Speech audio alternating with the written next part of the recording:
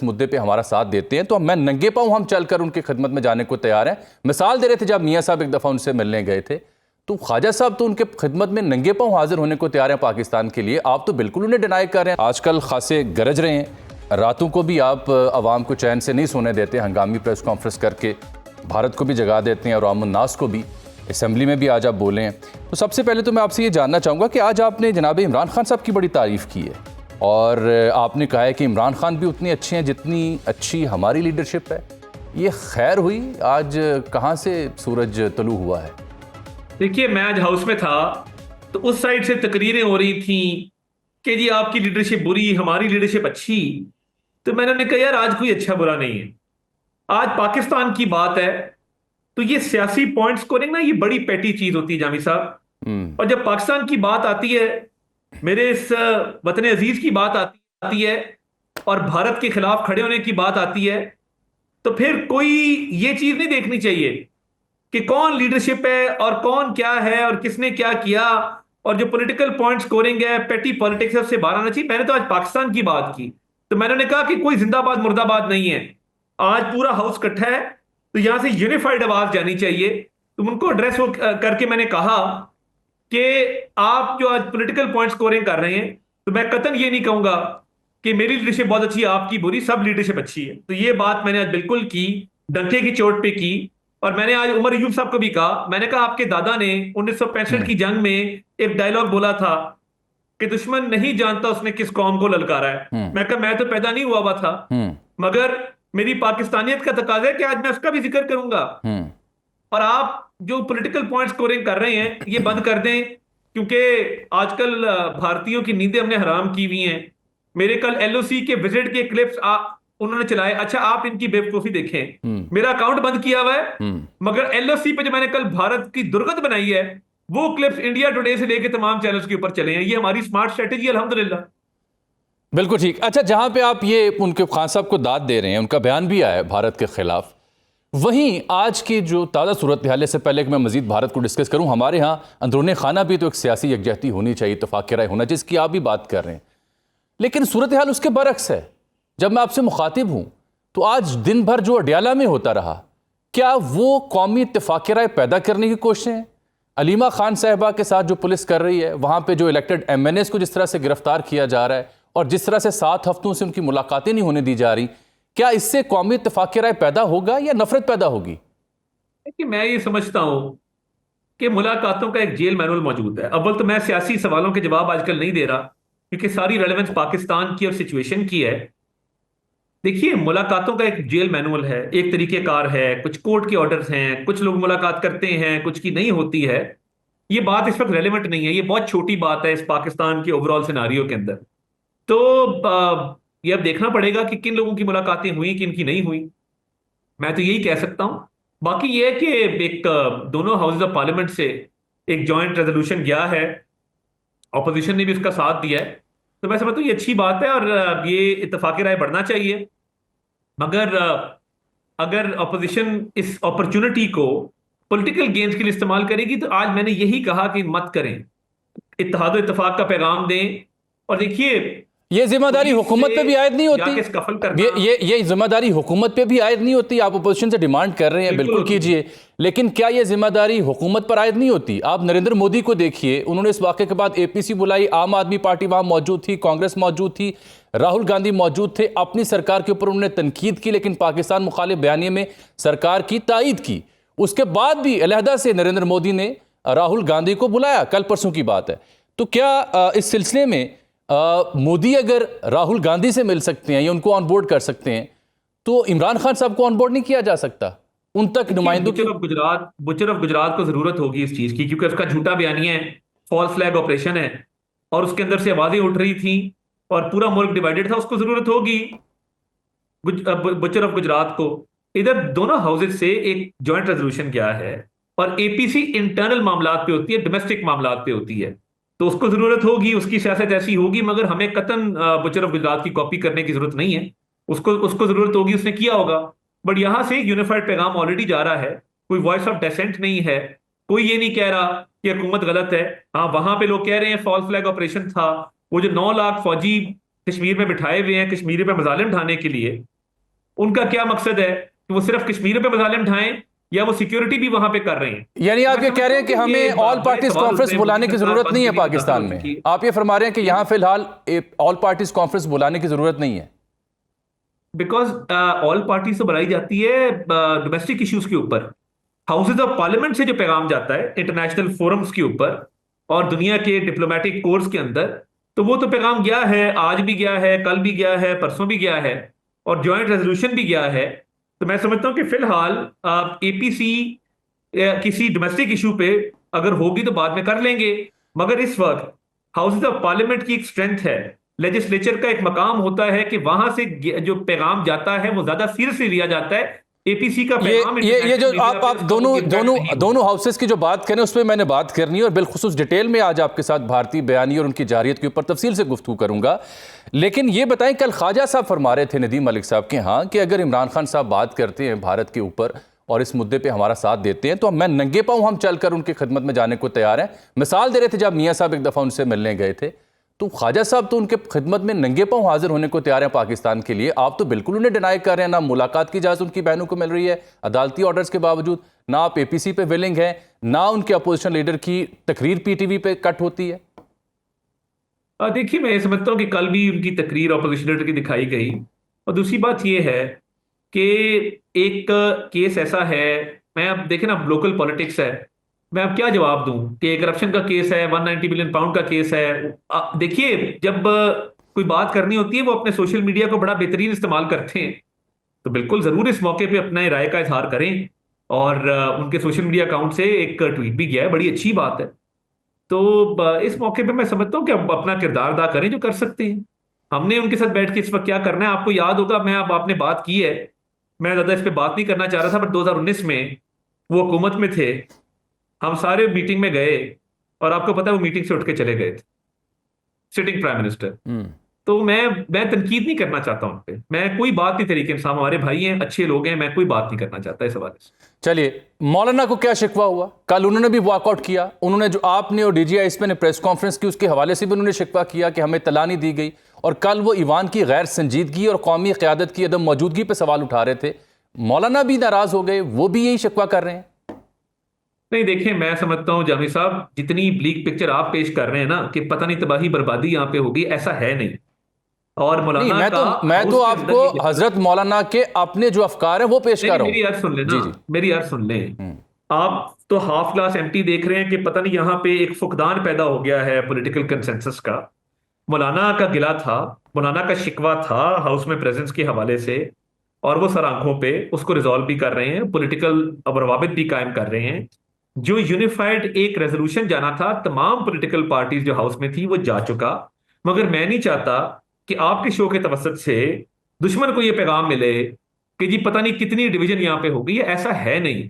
अगर ऐसा होता तो डिसेंट आती दोनों रेजोल्यूशंस के ऊपर, पॉलिटिकल पार्टीज एतराजात करती और वो कहती कि जी हम अपना रेजोल्यूशन लेके आएंगे, हम हुकूमती रेजोल्यूशन को पास नहीं होने देंगे। तो यूनिफाइड आवाज गई है, गिले शिकवे होते हैं, उनको दूर कर रहे हैं, और मैं समझता हूं कि इतनी ब्लीक पिक्चर नहीं है जितनी शायद आपको महसूस हो रही। नहीं, मुझे नहीं हो रही, मैं हजरत मौलाना की बात कर रहा हूं। इमरान खान साहब के चैप्टर पे आपने बात की, वो मौलाना कहते हैं हमसे राब्ता नहीं किया गया, ना जो आपकी और डीजीआईएसपी की ब्रीफिंग थी उस सिलसिले में, और ईवान में आके उन्होंने शिकवा की। मैं याद करता हूं, जो मेरी और डीजीआईएसपीआर का मामला था उस पर कामरान मुर्तजा साहब को हाफिज हमदुल्ला साहब से राब्ता किया गया था।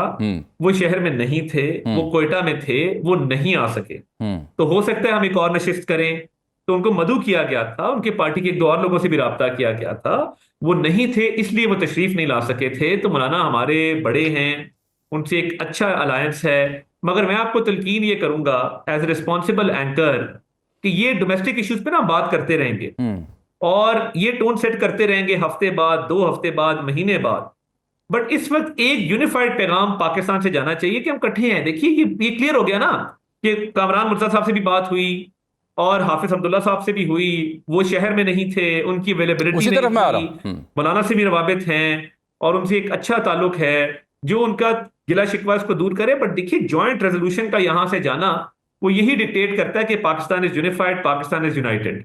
बिल्कुल ठीक है, पाकिस्तान को यूनाइटेड ही होना पड़ेगा भारतीय जारहियत के खिलाफ, और उम्मीद की जानी चाहिए कि हुकूमत पहल करेगी तमाम लोगों को सुनने में, उनको ऑन बोर्ड करने में, और मौलाना दोबारा शिकवा नहीं करेंगे। अब आ जाते हैं ज़रा भारतीय मामलात के ऊपर। खासी गरजदार तरीके से आपने उन तक अपनी आवाज़ पहुँचाई है। ये बताइएगा कि उस रात क्या हुआ था जब आपने आधी रात को एक प्रेस ब्रीफिंग की, मुख्तसर किस्म की, उसके ऊपर कई प्रोग्राम आप कर चुके हैं, कई सहाफ़ी उसके ऊपर एक्सक्लूसिव खबरें भी दे चुके हैं। क्या ये बात दुरुस्त है कि आपको सरे शाम ही इल्म था कि अंबाला से क्या उड़ा है और कब तक वो प्रोसीड करेगा और हम कहाँ खड़े हैं? हमारे पास कंफर्म्ड इंटेलिजेंस रिपोर्ट्स थी, और दुश्मन जो है वो ना सिर्फ बदनीयत और मकार है, बल्कि वो मौके की तलाश में रहता है कि किस तरीके से कोई ओपनिंग मिले तो हम पाकिस्तान पे हमला करें। और ये सारी जो खेल खेली गई है पहलगाम के फॉल फ्लैग ऑपरेशन की, ये इसीलिए खेली गई है कि कोई ना कोई एग्रेशन किया जाए। वो चाहता है कि पाकिस्तान की अटेंशन डाइवर्ट की जाए वेस्टर्न रीजन से, वेस्टर्न बॉर्डर से, जो दहशतगर्दों के खिलाफ एक जंग चल रही है। वो चाहता है कि पाकिस्तान का जो एक इकोनॉमिक रिकवरी का सिलसिला है, इसको रोका जाए। तो आपको पता है कि कुछ उनके इतलात ये भी हैं, इतलात हैं कि उनके कम्युनिकेशन सिस्टम भी डाउन हुए और श्रीनगर में भी लैंडिंग हुई। तो ये वो ताक में रहते हैं, मगर हम हर तरह से तैयार हैं कि अगर वो हमला करें और अटैक करें तो उसका भरपूर और कई गुना ज्यादा और फैसला कौन जवाब तो दिया तारिक साहब, जाएगा कि वो ये याद बात भी रखेंगे ये बात भी कि दुरुस्त किससे है पला पड़ा। कि ये बात भी दुरुस्त है कि उस रात फिर 4 राफेल जो है इनको इंटरसेप्ट किया गया, वापस उन्हें मोड़ने पर मजबूर किया पाकिस्तान की फिजाइया ने। देखिए, होता ये है कि जब आप क्लोज रेंज में आते हैं तो क्लोज रेंज में आपकी ये कैपेसिटी होती है कि आप कोई ना कोई मिस एडवेंचर कर सकें। तो ये चलते रहते हैं मामलात। हमारी भी एयर पेट्रोलिंग चल रही है, तो ये मामलात चल रहे हैं, चलते रहेंगे। मगर पाकिस्तान की तरफ से वाज़ेह पैगाम है कि हम तैयार हैं, आजमाना नहीं। हम ये पहले भी आजमा चुके, हमने इनके जहाज भी गिराए, इनको मुंह की खानी पड़ी।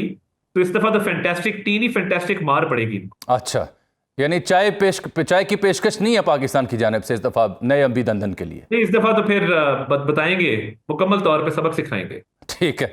भारत में सिविल डिफेंस की मशकें शुरू कर रखी हैं उन्होंने। तमाम जो उनके राज्य हैं, स्टेट्स हैं, वहाँ पे उन्होंने हंगामी तौर पर सिविल डिफेंस की मशकें शुरू कर दी। और मैं देख रहा था, पढ़ रहा था कि 1970s के बाद ये पहली बार इस नौयत की बड़े पैमाने पर जंगी मशकों का आगाज़ और सिविल डिफेंस की ट्रेनिंग का आगाज़ कर दिया स्कूलों में, चाहे वो कैमोफ्लाज करना हो अपनी वाइटल इंस्टॉलेशन को, या फिर ब्लैकआउट की सूरत में बच निकलना हो। तो वहाँ एक सूरत हाल पैनिक की सी है, लगता है कि वो कुछ तैयारी में है। हमारे यहाँ कुछ ऐसा प्रोग्राम तो नहीं है? हम क्यों नहीं सिविल डिफेंस की मशकें करवा रहे, या हमें फिक्र नहीं? हम क्यों पैनिक करें? वो पैनिक का शिकार हैं, अग्रेसर भी खुद हैं, प्रोवोकेटर भी खुद हैं, और पैनिक का शिकार भी खुद हैं। बेसिकली देखिए, भारत बंद गली में जा चुका। जब उनकी सफारती और इंफॉर्मेशन डोमेन की, नैरेटिव डोमेन की तमाम काविशें वो फ्यूटाइल गईं, वो बेसूद गईं, और वो नाकाम हो चुके एक बयानिया बनाने में। क्योंकि पहलगाम पे लोग सवाल कर रहे हैं कि FIR कैसे 10 मिनट के अंदर होती है और पुलिस 1.5 घंटे बाद पहुंचती है, लाशें क्यों पड़ी रही, क्यों उनको कोई तिब्बी इमदाद नहीं दी गई। वो जो जिप लाइन वाला बंदा है, नीचे नजर आ रहा है कि इंडिस्क्रिमिनेट फायर नहीं है, और इसमें किसी को अलहदा करके नहीं मारा गया, मुसलमान भी एक इसमें जाँ बहक हुआ। तो मैं ये समझता हूं कि भारत के तमाम फॉल्स फ्लैग्स को हमने बहुत टाइमली एक्सपोज किया, जिसकी वजह से भारत की अल्हम्दुलिल्लाह सफारती भी कोशिशें नाकाम हुई, और नैरेटिव डोमेन में भी वो बहुत पीछे रह गए। जब हमने ये मास्टर स्ट्रोक खेला कि आप इसकी तहकीकात करा लीजिए, तो उससे भी वो भाग गए, और वो तहकीकात की तरफ भी नहीं आ रहे। तो दुनिया ये देख रही है कि जब आप सिखों का कत्ल करवाते हैं, हरदीप सिंह नजर का कनाडा में, आप US में, ऑस्ट्रेलिया में, कलभूषण हमारे पास यहाँ पे बंद है, जाफर एक्सप्रेस जैसे घिनौने वाकये की आपको मजम्मत करना गवारा नहीं होता, और आपके टीवी चैनल्स पे BLA के टेररिस्ट इंटरव्यूज देते हैं, और पटड़ी को बम से उड़ाने की सबसे पहली फुटेज आपके चैनल्स पे आती है। तो ये बात पता करना मुश्किल नहीं है कि भारत स्टेट स्पॉन्सर्ड टेररिज्म में मुलविस है, ट्रांस नेशनल रिग्रेशन में मुलविस है, और पाकिस्तान दहशतगर्दों के खिलाफ एक जंग लड़ा है, और हमने 90,000 जानों का नजराना पेश किया है।